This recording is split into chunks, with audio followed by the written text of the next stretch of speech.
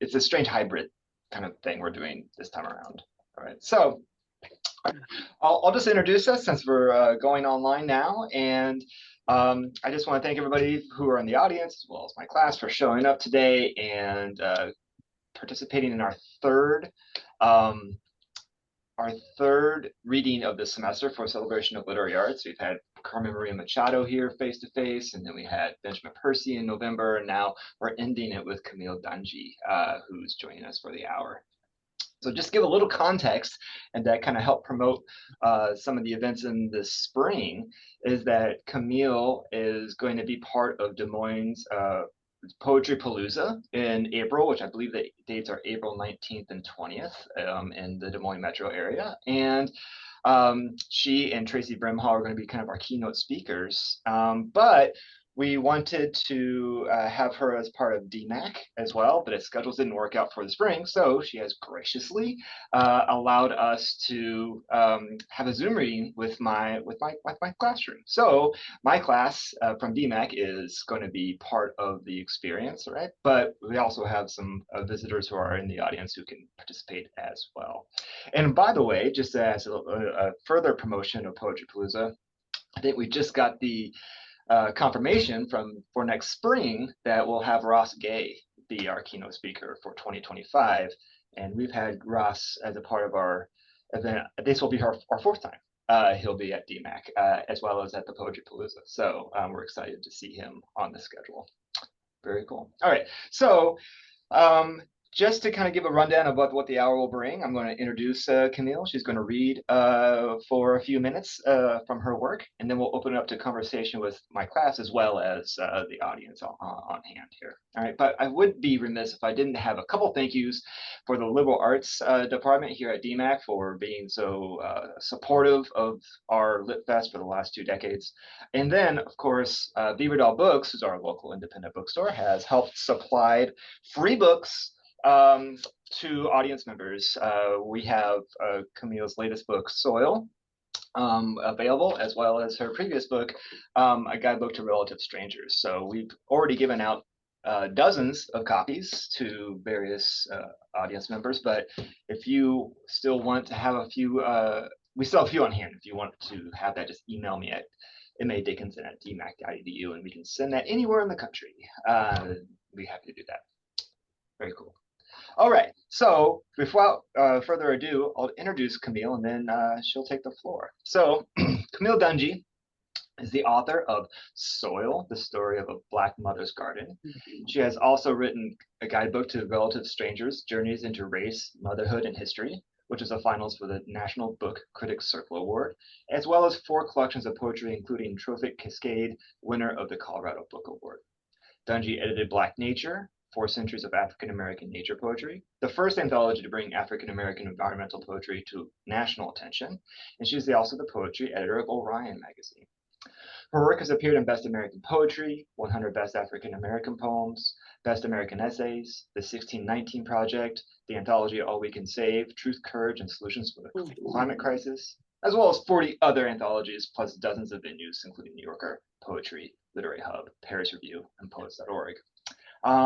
And she is currently a professor at Colorado State University, and she has also won the awards 2021 Academy of American Poets Fellowship, the 2019 Guggenheim Fellowship, an American Book Award, and Fellowship from the NEA in both poetry and prose. So maybe I'll actually begin with a question, if you don't mind, Camille, and then we can kind of go into a reading. My first question that we were thinking about is, like, you wear a lot of literary hats, as in editor, poetry, creative nonfiction, teaching. How do these different roles, as well as these different kind of genres, help inform each other, or do you have to compartmentalize them sometimes? Or I'm just kind of curious about how you kind of reconcile all those different literary hats. That is a really great question. I mean, I think I do compartmentalize, because that's just a survival strategy of somebody with a really busy mind. But their compartments are right next to each other. with like, you know, like those adjoining hotel rooms that you could like have a room all to yourself, but you could open it up and they could walk back and forth. Like that's how the compartments work for me with those things, and their ability to be that proximate to each other. I really think it keeps me fresh. It keeps me engaged. I never wanted to be the kind of professor who was teaching the same work only that they taught 20 years ago when they started teaching, or 40 years ago when they started teaching. Those works are still interesting and engaging and important. So I want to keep teaching them, but I also want to keep moving into fresher and fresher work so that I'm bringing to the classroom poems that are speaking to my students in their language, right? In their idiom and with the kinds of consciousness that we have. And so being an editor is super helpful for that, because it means that I'm right there on the cutting edge, reading things that people are producing at the moment in the time, and finding the work to show up in literary journals or anthologies that I'm putting together, which then can come back into my classroom. And of course, all of that, staying fresh, reading, noticing the shifts and changes in aesthetics and audience needs and technology, right? Publishing technology has improved just exponentially and so rapidly that what used to be impossible to hope that a publisher would be able to handle isn't anymore. And so I get to see that, and I get to be able to advise my students and myself differently about what can happen on the page. So all of it ends up just reinforcing and feeding and expanding my own imagination and my own capacity for like unique and innovative ways of working. That's amazing. Yeah, keeping on top of things. Would you like to share some of your work with us before we begin our conversation? Sure, but you know what? I'm actually going to start by not reading one of my own poems, speaking of which. Okay, perfect. Because when I sat down here, I had just been kind of running around doing the morning stuff, and I thought that I wanted to actually open with a poem by somebody else, which I think sometimes helps me swivel out of solipsism a little bit, and be able to think about like poetry with a capital P as opposed to just what I'm doing. And so I'll tell you, I read this poem in the Poem a Day email that you get from poets.org, the Academy of American Poets. I think it was published back in November, and it just like kind of gobsmacked me. I loved it from the start, and have been thinking about ways to use it in a new anthology project that I'm thinking about. And so I just thought I would share with you a poem that moved me and stopped me and has stuck with me, and that might also help inform the kind of poems that I'm going to read of my own. So the poet is Ruth Ellen Coker, Kocher, and she lives down the road, over the road. I never understand directions from me, and she lives in Boulder, Colorado. It's called Grow. I have a red onion in a green bowl on my kitchen counter, sprouting a green stalk that began as a little green haystack bump, a knobby cyst, really, that broke surface, felt like what I imagine I'm feeling for when I rub my breasts in the shower. My eyes close as if water is a blindfold, allowing me to feel within that dark, any small homicide growing within me. I can't bring myself to use the onion, to gnash its skin, to whack off its hard-on gooseneck like I'm suddenly Death's scythe, Death's brindled pet, Death's dappled good girl. Maybe the onion believes in something, imagines itself still wild, or holds in its layers the delusion of lilacs or iris or goldenrod or blueberry or some other rambling growth, redacting my sense of abandon here in this too large house, alonely, not like a battle with silence way of aloneness, but a passage, quiet, sometimes bright, sometimes dim, so foreign. I am a theft waiting to happen, a rotten spell visioning the onion's end. Salt, oil, softly seared particulate endings. Oh, onion, circular cycle, joy halo, grow. It goes so many places.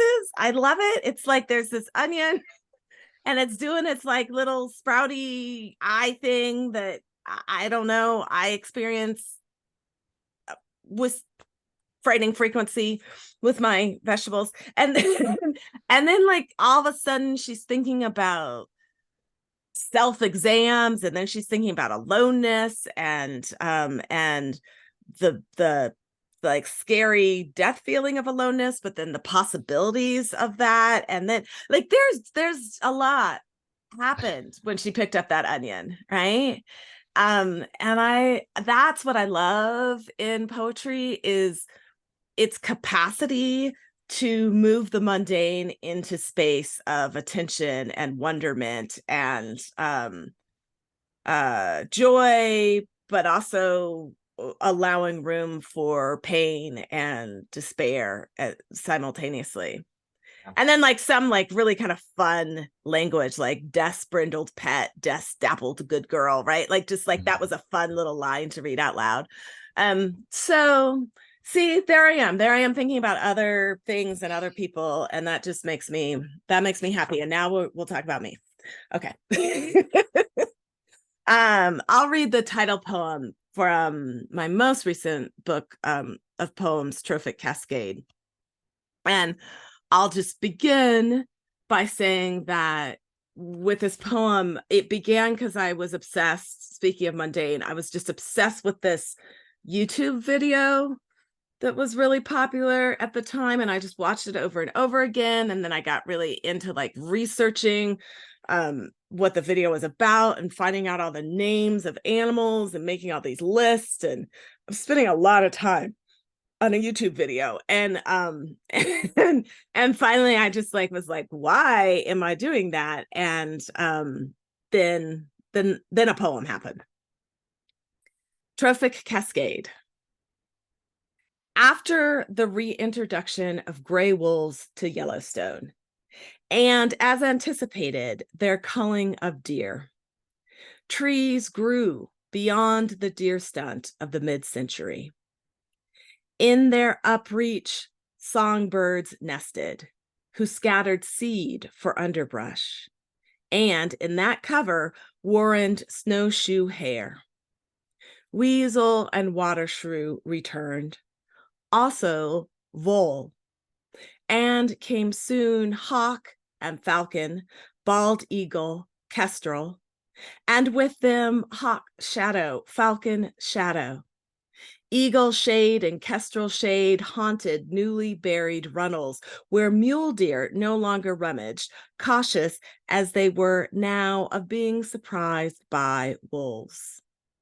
Berries brought bear, while undergrowth and willows, growing now right down to the river, brought beavers who dam. Muskrats came to the dams, and tadpoles came to the night song of the fathers of tadpoles. Water striders, the dark gray American dipper bobbed in fresh pools of the river, and fish stayed. And the bear who fished also culled deer fawns, and to their kill scraps came vulture and coyote, long gone in the region until now. And their scattered seed, and more trees, brush, and berries grew up along the river that had run straight and so flooded. But thus dammed, compelled to meander, is less prone to overrun. Don't you tell me this is not the same as my story. All this life, born from one hungry animal, this whole new landscape, the course of the river changed. I know this. I reintroduced myself to myself, this time a mother, after which nothing was ever the same. So speaking also of thinking about printing innovations and the ways that those change things, when I finished that poem and like all the words on the poem, and I was like, oh, that's why I was so interested in that particular ecological story. And this feels like a poem. It still felt like a little bit flat to me until I realized that I had written it just like one column aligned along the left margin of the page. And then I flipped the alignment and I aligned it along the right margin, and changed the landscape on the page. And then I understood that the poem was finished. And so I think a lot about not just what the words are, but how the words look, how they show up. I like to think about poetry as a sculptural object and a visual object as much as the auditory function of it, or the logical function of it, which got a little fun when I was playing with poems that I added into Soil, which is a book-length prose manuscript. But in the memoir, I talk a lot about being a poet. And when I wrote Trophic Cascade, at the same time that I was writing the poems in Trophic Cascade, I was also writing the essays in Guidebook to Relative Strangers. And that was a book of essays, and it got published as a book of essays. And Trophic Cascade came along several months later as a book of poems, like very, very separate. And I found myself, when I was touring with both of them, doing things like, well, I kind of address this topic from a slightly different angle, and I was just toggling between the two books, and it got to be kind of a pain. And it goes back to your question, Mark, about compartmentalization. And I was like, but why? Why do I have to compartmentalize like that? And so I really insisted from the beginning of drafting Soil that I was going to weave poems into the work. And I also have visual images. So I have pictures from the garden and these other kinds of images from the garden. So you don't have to leave my book to consult Google to find out what this thing that I'm talking about looks like. You can just trust that eventually there'll be an image of it and you'll see it. And so, but like also that's how we are right now. Like we're very multimedia in the way we get our information. And so I wanted the book to be a part of the real world as we live it. But that also meant that when I was writing these big blocks of prose, it was really fun to be able to then write poems that were not big chunky blocks of prose, right? That had like a lot of space in them and room for you to breathe, so that as you came upon these poems, that they would feel like that moment of taking a walk and just sort of stopping and taking it all in, as opposed to that all the information just coming at you at once. So here is one of them. It's a poem I wrote somewhat in answer to the question of why on earth had I taken on the apparently never-ending project of converting my boring grass and rock suburban yard into a vibrant native and pollinator supporting water-friendly garden. Let grow more winter fat, wine cup, western wild rose. So little open prairie left, little waves of blue stem, little fuzzy tongue penstemon, quieter the golden current, nodding onion quieter now as well. Only a few clusters of Colorado butterfly plants still yawn into the night. Where there once was prairie, a few remaining fireflies abstract themselves over roads and concrete paths. Prairie wants to stretch full out again and sigh. Purple prairie clover, prairie zinnia, prairie dropseed nodding into solidago. Bee balm brushing rabbit brush. Prairie once, prairie once, prairie once. And then you turn the page and there's a picture of rabbit brush. See, there you go. So I'll read one more poem from Soil. And maybe we can get to the questions, and maybe then I'll close with a final poem before we all part ways. So one of the things that poetry gets to do differently than what prose gets to do is say two things at once without people getting quite as angry as they do with prose, right? Because we come to prose and we really expect it to operate like a newspaper and give us information pretty quickly.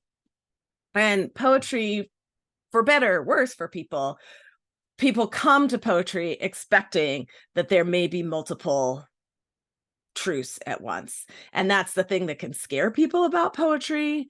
But it's also the thing that can delight people about poetry, is it gives permission for what to me feels like the reality of how I live in the world, is that the world is full of lots of simultaneous truths, and figuring out our way around how to make those simultaneous truths not spaces of conflict, but spaces of possibility and creation, feels like one of the most important tasks that I, as an artist, have taken on to like give people faith in multiplicity.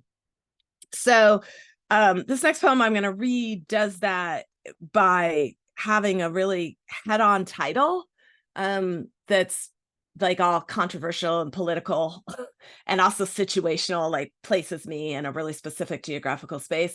And then in some ways the poem has nothing to do with what the title is.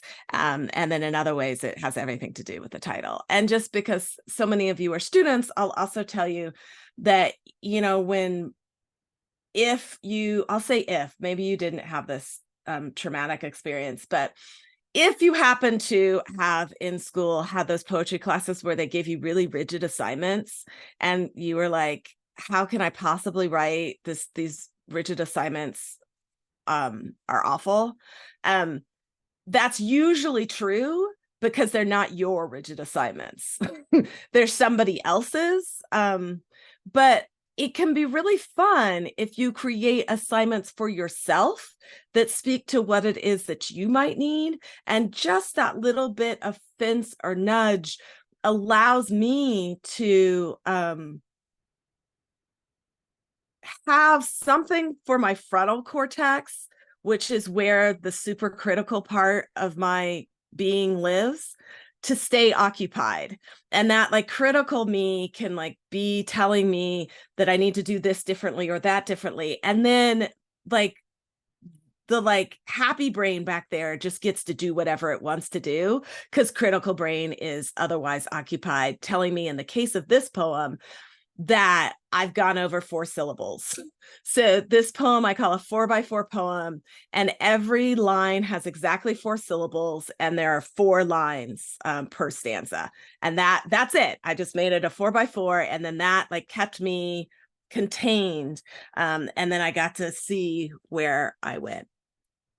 In her mostly white town, an hour from Rocky Mountain National Park, a Black poet considers centuries of protests against racialized violence. 2 miles into the sky, the snow builds a mountain unto itself. Some drifts can be 30 feet high. Picture a house, then bury it. Plows come from both ends of the road, foot by foot, month by month. This year, they didn't meet in the middle until mid-June. Maybe I'm not expressing this well. Every year, snow erases the highest road. We must start near the bottom and plow toward each other again. There you go. Yeah, thank you so much. I love that poem. So I've never orchestrated this many folks on a Zoom meeting at once, and so I'm not quite sure how we want to order this, but it might help if we raise hands and then I can call on you, and then we can just open up your mic and ask your question. And of course, the audience, feel free to drop stuff in the chat or the Dropbox, and we can make sure that we can get you covered as well. All right. But maybe I just want to start us off to get the ball rolling in thinking about nature writing and environmental writing. And it seems through your books, you are always striving to like redefine what environmental writing is. I remember in Soil, you're like, we kind of had the notion that nature writers are like, they sit in nature and it is like, they just sit there and observe. And like they have this like really open schedule apparently, and they can and just write about their feelings, and you're trying to like do something else. I wonder how you define nature writing and how you're kind of trying to redefine it in new ways. Yeah, thank you. I mean, I think part of the reason that people feel disconnected from their neighborhood, which is the greater than human world, is that troublesome to me tradition of 19th and 20th century nature writing that is just, as you say, like one guy, usually a white guy, just like wanders off for weeks and months, years at a time, and sits by themselves and ponders. Like, who gets to do that? Like, who gets to do that? Nobody gets to do that. In fact, the people who write about doing that don't even get to do that, right? Yeah. Like that, it's not the reality of anybody's lived world. And so, but then for women, for people of color, for like just about anybody else, we've got jobs, we've got families, we've got commitments, and we don't get to do that. And why should we anyway, right? Because like literally it is right outside my door.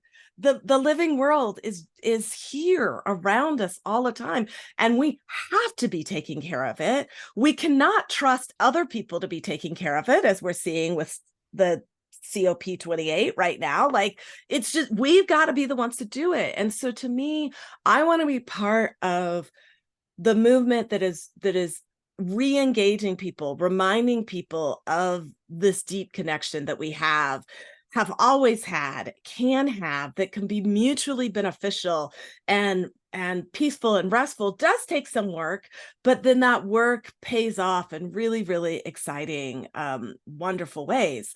And I want to make people feel that connection is available to them, not just to this very privileged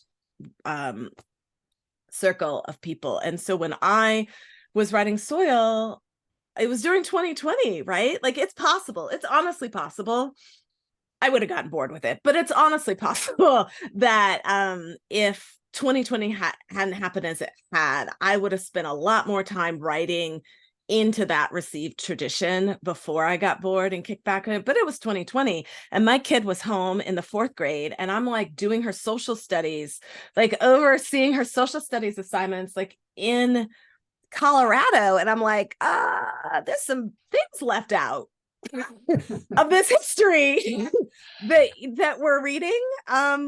Could we talk about that? And a lot of the things that are left out of the history are people who had really different kinds of connections to this land that didn't serve the set of colonial needs for the land. And like, so like I was in the middle of like correcting or redirecting my daughter's indoctrination into the very world that I was trying to resist. And so that had to start showing up in the writing, right?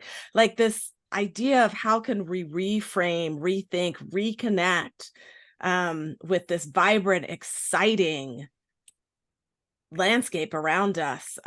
So that ended up being a lot more fun to write about. And from the responses from people, it also has been a lot more fun to read and engage with. And so that even when I'm bumping up against really difficult subject matters, like, you know, genocides and 2020 contemporary fallouts and relived trauma as a result of that,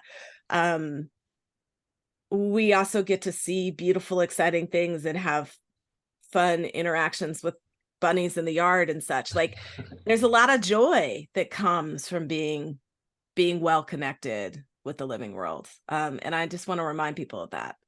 Yeah, your Soil reminds me of that poem you were reading earlier, Grow, where it's like an onion, where it's like it goes in so many different places. So it's like you're reading about your garden, then move into like the fraught history of the landscape and politics, and it always is turning in new directions, which I loved. Mm-hmm.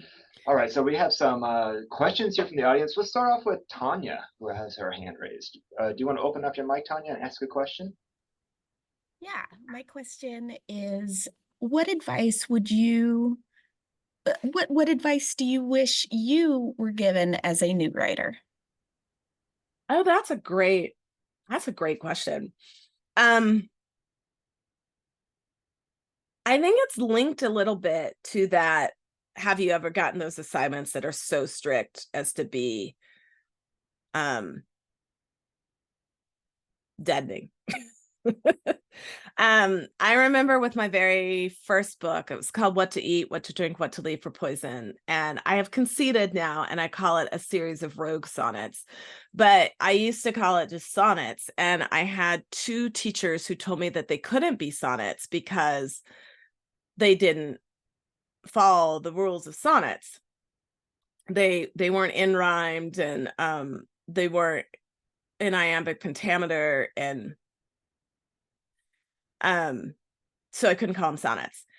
And I was like, well, let me think about that. I'm writing about Black people and women in the mid 20th century. There were a lot of rules that those people had to follow, but to survive, there were a lot of rules they had to break or bend, right? You couldn't break them so openly, and then you get killed. But you had to bend them because they weren't set up for you, right? They were set up for you to fail those rules. And so it would have done my subject matter a disservice to completely fall into some sonnet tradition that wasn't theirs. And so I kept the rules of the sonnet that were my rules. They're 14 lines or multiples of 14 lines. They all have a turn at some point around 2/3 of the way or 3/4 of the way through the poem. They have like an argument and a structure. There's a lot of things about the sonnet that have nothing to do with iambic pentameter and nothing to do with in rhyming. And I kept those rules that were important to me and then let the voices in my poems speak in the ways that they chose to speak, with a kind of jazz inflection, we might say, which also follows a whole bunch of musical rules and then brings in other traditions and other rules. And the more that I thought about this, the more that I realized, like, nobody does a sonnet one way. You know, when Wyatt brought the sonnet over, he had to change it pretty drastically because English doesn't have the same writing patterns that the Romance languages he was borrowing them from did. And then Shakespeare did his own sonnet, and Milton did his own sonnet, and Wordsworth did, and E. Cummings did. So if all those white guys got to do that, why can't I? Right? So in a sense, like, the really bad advice that I couldn't do something because I wasn't doing it the right way was the best advice, because I was just like, oh, really? So that would be my advice to you, is like, when you hear people tell you you can't do something, stop, look behind what it is that they're saying, because it's not just that one tiny thing they're telling you you can't do. There's a whole lot of other things that they're suggesting you can't do. So look and figure out what those things are that they're telling you can't do, what the history is, the legacy of that prohibition, and how you're gonna get around it to do what it is that you believe is important. Because sometimes you'll be like, you're right, that's not worth the energy, I'm not gonna do that. But sometimes it will be your whole life. You'll find your mission based on what someone told you you couldn't do. Awesome. I love that. That's how innovation happens, right? Always. Yeah. Stephen, you have a Thank question you. for us?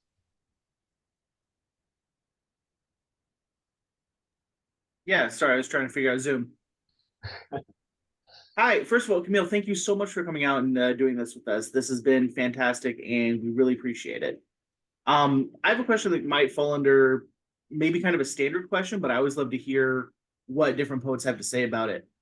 Everyone always asks what got you into poetry. What was your first thing? And maybe taking a different sense, I don't care what your first one was. I want to know, why did you stick with poetry? What made it so that you made poetry so much a part of your life that you are here now being a keynote speaker like this? What made poetry so important to you? I'd love to hear that. That is a really, really great question. I think I spoke to it a little bit when I was saying that poetry is a space where multiple things can be true at once. And there's very few places like that in our culture. And so it becomes a space of respite for me, where I can see the world as I actually experience it. That I experience it as a space of productive multiplicity, and I experience it as a place where sensorial experience and understanding makes sense, has primacy as and is integral to the logic, right? There's just not many spaces in contemporary culture where I get to walk in and be like, well, it smells like sunshine, and so I have this logical thought about how to go about my day, right? Like if I went into the office and said that, not much would happen. Right? Because they would just be like, crazy Camille. But I can go into a poem and say that, and people would be like, okay, I'm gonna stick with this and see where it's going and what I can learn from that. And so I just appreciate poetry's the space poetry makes for me to think differently, and towards new and I think better kinds of truths. Awesome. And maybe before we get to Emily's question, I want to do a follow-up on that. There seems to be, it's not a trend, but like I noticed like a lot of poets are starting in the poetry world and moving into creative nonfiction spaces. I'm thinking about Ross Gay's book and Amy Nesbitt-Tatel's book and even Roger Reeves. And I'm curious about like what made you make that transition and how those two genres speak to each other, and what is the trend between poetry and creative nonfiction that seems to kind of occupy the same space for you. Yeah, Maggie Smith. Yeah. The year I won the NEA in prose, I think 4 or 5 of us were poets. Yeah. The like trained prose writers had some feelings about that year because they're only 20. There's only 20 or 25 NEAs given in any particular year, and it's every other year that it's prose, and prose has to split between fiction and creative nonfiction. And then all these poets came in and like took all the prose writing spots. They were like, what? But I think that sometimes sometimes I do actually just want to give a whole bunch of information and facts and data and sort of newspaper like like knowledge and material. And I don't always want to bog my poems down with that. There's some poets who do that really, really well. I'm thinking of Craig Santos Perez, who just won the National Book Award for poetry. His poems have this way of being documentary in their telling and having graphs and charts and telling you information about history and culture and things. And he does a really great job with that. I do it sometimes, but I sometimes just want to keep going in a way that I think I want a poem to be a little bit more concise. And so opening that gateway to prose allowed me to let my poems do what I wanted them to do, and then still have this other kind of way of telling and being. It's like the difference between being a sprinter and being a distance runner. Technically they're both running, but I mean, you train very differently for them. You like they're different. They're different endeavors, even though technically they're the same thing. And so I kind of think that about prose and poetry. They're both valid, but you're doing something different with your body and your mind when I go into both of them. Yeah. And I like having them. When I started writing, also, I trained as a poet. I got all my jobs as a poet. And it got to be the point where quite literally my life and my family's life depended on poetry, right? I had to write these poems to get the next job and get the next promotion and get the next whatever. And poetry became almost utilitarian in that way. And so then the prose became this outlet that no one was looking at me there, and I could just do it and experiment and try different things and see what, and just get away with it, because nothing depended on that. So that in the beginning was a little bit of the prose, that it just was a hobby. It's not, that's, people are looking now, it's not true anymore, but in the beginning it was true. So you can go hide back in poetry again. Yeah, exactly. Yeah, like I just get to keep toggling. Emily, do you have a question for us? Yeah, I do. So the main thing I want to ask about is what helps you to figure out the process of what you're going to be doing your poems about. Like, I find when we were doing our poetry unit, I found it kind of hard to fully figure out what I wanted to write my poems about. So I was wondering about what gives you your inspiration for writing your poetry? That is the question, Emily. It is the question. And it's, the answer is never going to be stable. You're going to sort of change. I feel like one of the prompts that I have implicitly given you today, that I will now explicitly give you, is to just find everyday objects around you. Objects, not ideas, actual objects. That's one of the big catches that can happen, is that you think you're going to start writing a poem because you feel sad, and there's not much you can do with that, because it's really hard to talk about ideas and feelings without being rooted in the real world. So find an object that feels to be something that most people would have a connection with, and then start to really look at it, detail it, think about what you're noticing about it, and then start asking yourself why you're noticing what you're noticing about it. And how does this object, why did you pay attention to it? What is it making? Now you get to talk about feelings. What is it making you feel? What is it making you worry about? What is it making you excited or happy about?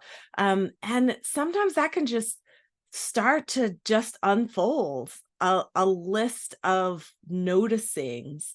Neruda has a whole series of wonderful poems, odes that he has to everyday objects like socks and tomatoes, and the ways that they turn and spin because they're with us every day. And so they really contain a lot of history and resonances. So that would be one of my assignments. Just take yourself small. I think when you sit down and sometimes we start to write poetry and we think big, but then you take yourself small. You can think about that poem that I had about Trail Ridge Road in Rocky Mountain National Park, where, like, you know, centuries of racialized violence, that's a big concept, but like there's this road that they come from two sides every year and it takes forever to clear, and then they got to start it all over again. Like that was like this precise, mundane subject through which I could talk about this other much larger concept. So that to me feels really important with all writing, but definitely with poetry, is like you've got something, you got to have concrete things. And the other thing is, I really suggest that you train yourself to open up your senses as much as possible. That too is going to help keep you from relying too much on abstractions and too much on ideas that you and I can't necessarily connect on. But if you can tell me what a thing smells like, and can tell me what it actually tactily feels like, then you start to get into language that we can compare, because I know what popcorn is, you know what popcorn is, and then you can tell me what your memory of popcorn is that's linked to this moment, that then, oh, that time with the popcorn, and I put my hand in the bag at the same time the person sitting next to me put their hand in the bag, and this was not somebody that I was supposed to have that happy feeling with when that happened, but I did, right? Like all of a sudden you've gone from just telling me the smell of popcorn to like an emotion that I can connect with, right? So try and get your senses engaged as much as possible too.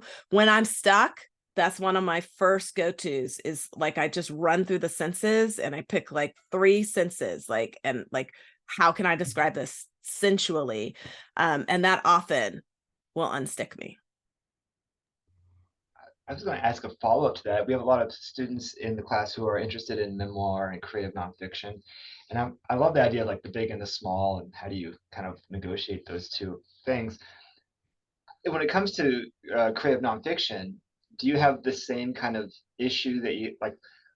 Some of my students, like, they're like, should I edit this out? Is this just clutter? Is this unnecessary detail? Or is this actually something important that I need to explore? And how do you kind of negotiate like what goes into your creative nonfiction, in terms of like, I don't know, you're kind of editing your life a little bit, right? So like how do you kind of like approach the same kind of concept with prose as you do with poetry? Yeah. So my response to this may not work in a 14-week semester the same way that it works when you have a year or so to write a book. But I'm going to say it anyway. Whenever I have the sense that I should cut something, the first thing I do is write more. Often for me, my sense that I need to cut something is a fear that I'm tapping into something that I don't want to go into. And it's not working, or it's clutter because I didn't want to go into it. And I let my censor do its job and kept me away from going into what was important. So before I cut, I expand and I take it further, and I will give myself grace and space. I often, I can get a little bit, I don't know what the word is, because I don't actually want to make it pejorative, but like I will tell myself, like, look, I'll sit down to my computer or my writing, and I often find that this may work better writing than on the computer, because we delete on the computer so unconsciously without even thinking about it. We delete things, and so sometimes handwriting this helps. But I tell myself, look, we're going to just go there. We're just going to go wherever it takes us. This does not have to show up in the final thing. We're just curious. We're allowed to be scared. When this is finished, it's finished, and we'll shut this down, but just go and see. And then if I give myself that permission, then often I will go, and I don't know where I'm going to go, but like I can let myself do that. That may still not fit in the project that you're writing, but almost always when that valve gets opened, it will surprise me where I have gone and what has gotten revealed. And the essay just moves itself in very, very different directions than I thought it was going to move. So that, and like often it didn't fit in the project you thought you were writing because you weren't writing the project you needed to be writing. And so that can help a lot. And just having faith that those things can happen. Or it's another project, like you've started yourself onto another project. But that's always my thing. I resist cutting, and I go forward. Yeah, I guess I'll stop there. Discovery. No, I love that idea instead of cutting. That's a really cool way to look at it. We have maybe one last question from the audience, and then you can finish with. And there was one in the chat too. Yes. I see Steve's hand again, but I want to get Diane's question from the chat, which is. That's what I was going to focus on. Yeah. Okay. You want to read it? Sure. Yeah. What do you see as the connection between poetry that encourages us to look outside our window for inspiration and environmental poetry that encourages us to consider climate change? So small and big again, I guess. Yeah. I don't see them as different because this world is like totally connected. There is no way.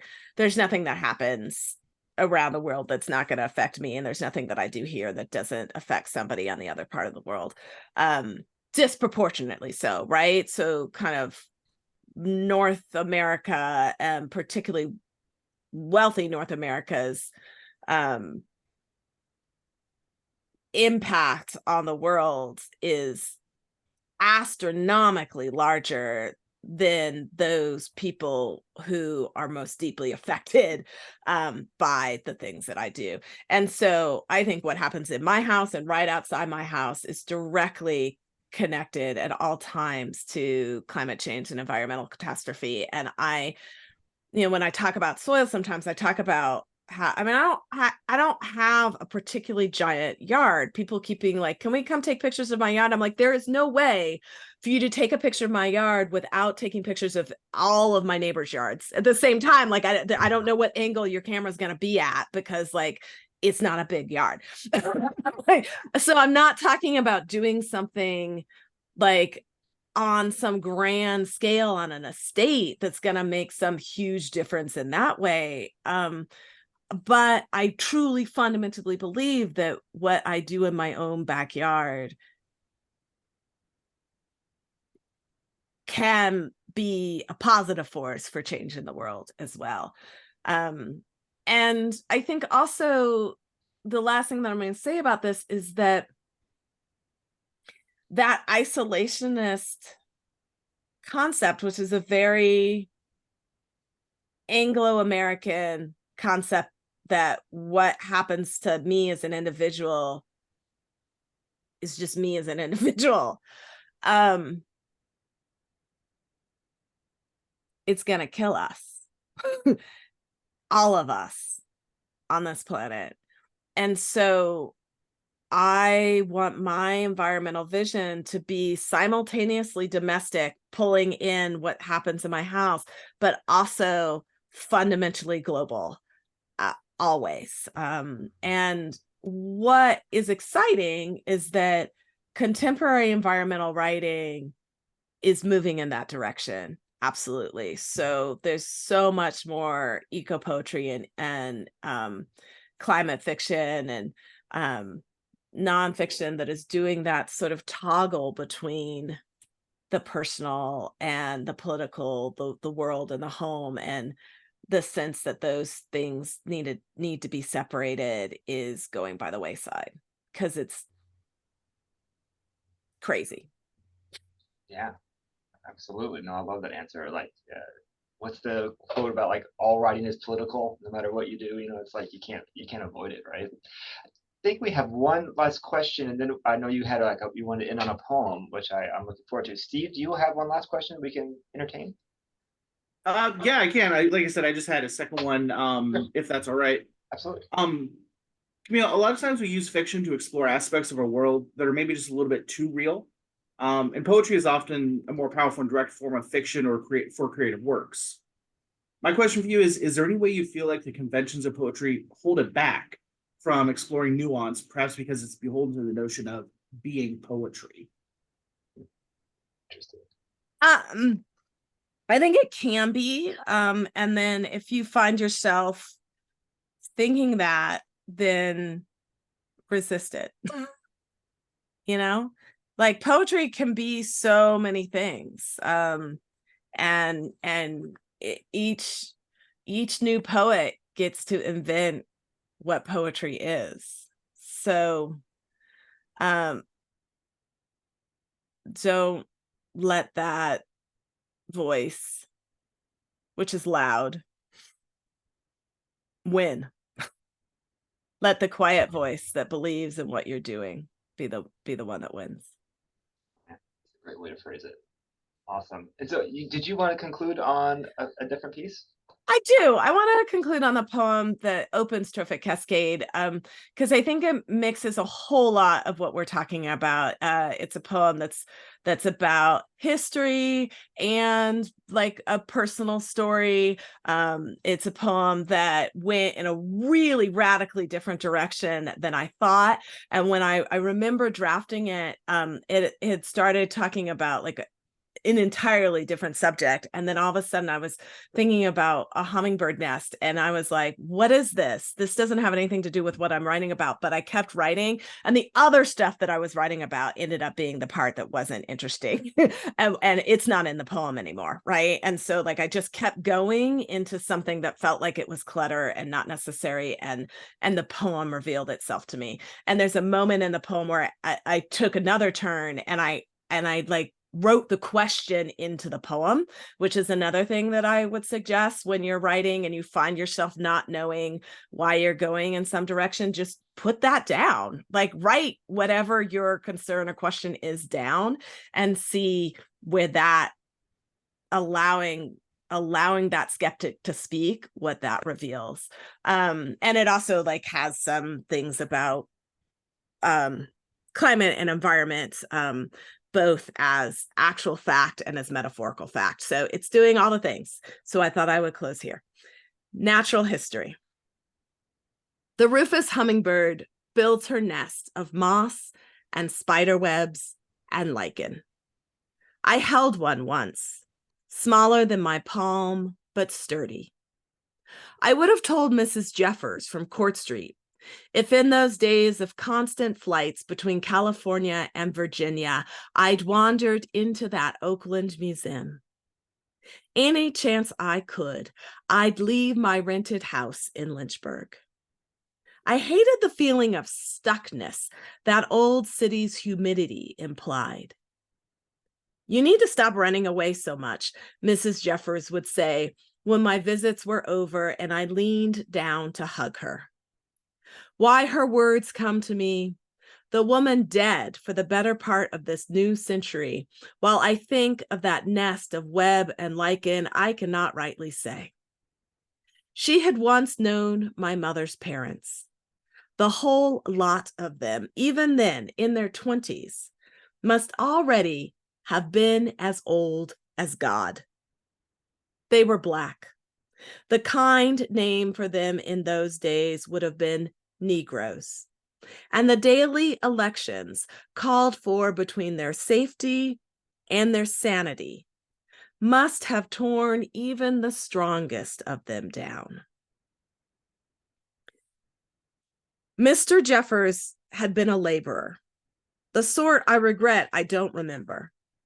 He sat on their front porch all day near his oxygen tank, waving occasionally to passing Buicks and Fords, praising the black walnut that shaded their yard. She would leave the porch sometimes to prepare their meals. I still have her yeast roll recipe, the best I've ever tried. Mostly, though, the same Virginian breeze that encouraged Thomas Jefferson's tomatoes passed warmly through their porch eaves while we listened to the swing chain and no one talked or moved too much at all. Little had changed in that house since 1952. I guess it's no surprise they come to mind when I think of that cup of spider webs and moss made softer by the feathers of some long gone bird. She used to say, I like it right here where I am in my little house here with him.